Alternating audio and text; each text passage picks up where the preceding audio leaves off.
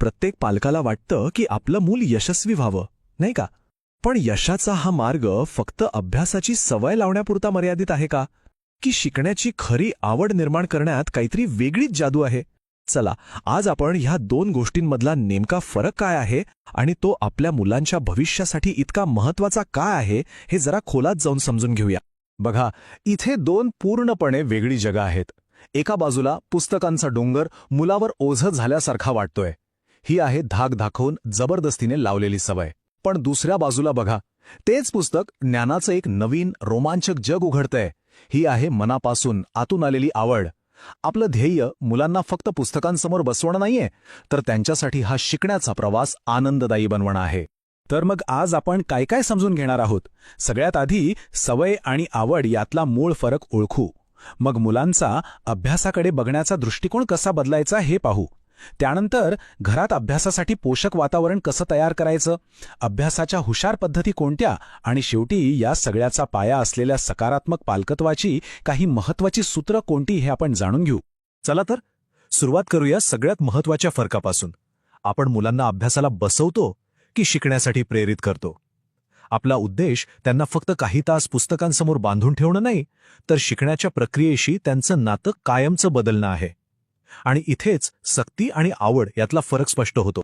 अभ्यास केला नाहीस तर खेळायला मिळणार नाही, हे वाक्य आपल्या घरात किती सहजपणे बोललं जातं, नाही का? पण याचा परिणाम काय होतो याचा विचार केलाय?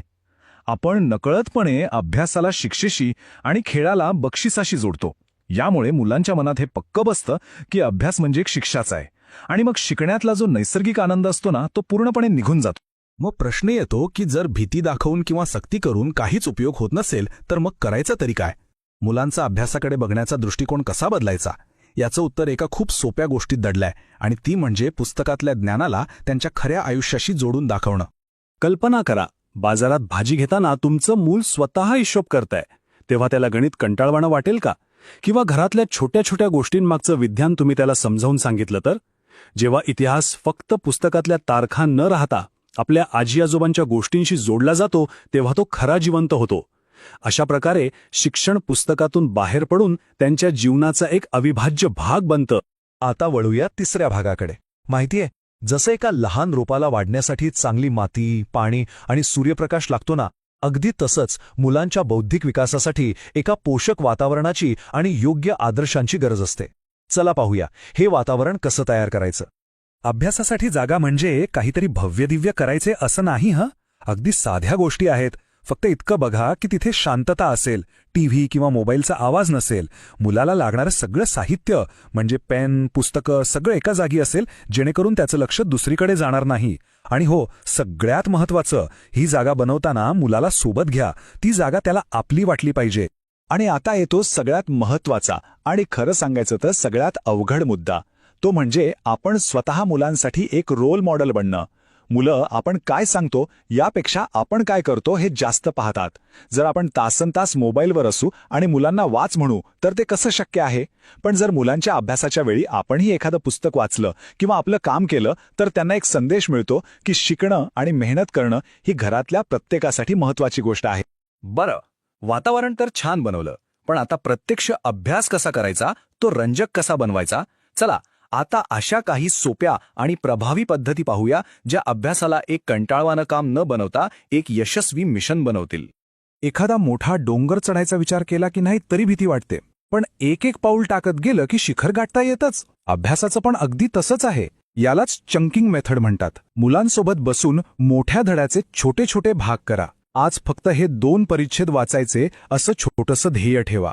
ते पूर्ण झाल्यावर त्याचं कौतुक करा. या छोट्या छोट्या यशातूनच त्यांचा आत्मविश्वास वाढतो आणि अभ्यासाची भीती नाहीशी होते. बघा, बोलण्याच्या पद्धतीतला एक छोटासा बदल किती मोठा फरक घडवू शकतो.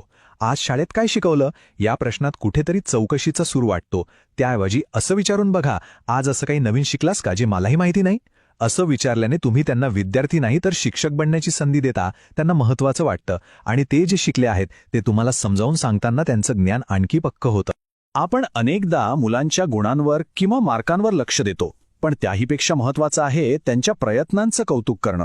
जेव्हा आपण म्हणतो तू खूप हुशार आहेस, तेव्हा त्यांच्या मनात अपयशाची भीती निर्माण होऊ शकते. पण जेव्हा आपण म्हणतो तू खूप मेहनत घेतली, शाब्बास, तेव्हा त्यांना समजतं की प्रयत्न करणं महत्वाचं आहे, निकाल नाही. यामुळे ते कठीण आव्हानांना घाबरत नाहीत.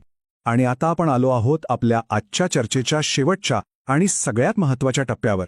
आत्तापर्यंत आपण ज्या पद्धती पाहिल्या त्या सगळ्या ज्या पायावर उभ्या आहेत, तो पाया म्हणजे सकारात्मक पालकत्व. हे ते स्तंभ आहेत जे तुमच्या मुलाच्या शैक्षणिक आणि भावनिक विकासाला एक मजबूत आधार देतात. ही एक अशी गोष्ट आहे ज्याकडे आपलं अनेकदा दुर्लक्ष होतं. एक तल्लख मेंदू हा नेहमी निरोगी शरीरातच राहतो. पुरेशी झोप, सकस आहार आणि रोज किमान 1 तास मैदानी खेळ या गोष्टी फक्त शारीरिक आरोग्यासाठीच नाही, तर मेंदूच्या विकासासाठीही खूप आवश्यक आहेत. चांगली झोप एकाग्रता वाढवते आणि मैदानी खेळामुळे ताण कमी होतो, ज्यामुळे मुलं अधिक चांगल्या प्रकारे शिकू शकतात. एक गोष्ट कायम लक्षात ठेवा, आपण एक रोप लावत आहोत, कोणतीही जादूची कांडी फिरवत नाहीये. या रोपाला वाढायला, फुलायला वेळ लागेल. त्यामुळे संयम खूप महत्वाचा आहे. बदल एका रात्रीत होणार नाहीत, पण तुमचे सातत्यपूर्ण प्रयत्न नक्कीच फळ देतील. ओरडण्याने किंवा शिक्षा केल्याने हे नाजूक रोप जळून जाईल. आणि हा एक सुवर्ण नियम आहे. कृपया हा कायम लक्षात ठेवा. आपल्या मुलाची तुलना दुसऱ्या कोणत्याही मुलाशी कधीही करू नका. प्रत्येक फूल वेगळं असतं आणि ते त्याच्या वेळेनुसारच उमलतं. तुलना केल्याने मुलांचा आत्मविश्वास कमी होतो आणि त्यांच्या मनात एक अनावश्यक स्पर्धा निर्माण होते, जी शिकण्याच्या आनंदाला मारून टाकते. त्यांच्या स्वतःच्या प्रगतीचं कौतुक करा. तर ह्या सगळ्याचा अर्थ काय? सोप्पा आहे. जेव्हा मुलाला हे जाणवतं की त्याच्या मार्कांपेक्षा त्याच्या प्रयत्नांना जास्त किंमत आहे, जेव्हा त्याला खात्री असते की काहीही झालं तरी त्याचे आई-वडील त्याच्या पाठीशी उभे आहेत, तेव्हा तो स्वतःहून जबाबदारी घ्यायला शिकतो. मग त्याला अभ्यासासाठी मागे लागण्याची गरजच पडत नाही. तर मग आजचा प्रश्न हा आहे की आज तुम्ही तुमच्या मुलाच्या कोणत्या एका छोट्याशा प्रयत्नाचं कौतुक करणार आहात? मग ते एखादं गणित सोडवण्याचा प्रयत्न असो, चित्र काढण्याचा प्रयत्न असो किंवा फक्त एक पान वाचणं असो.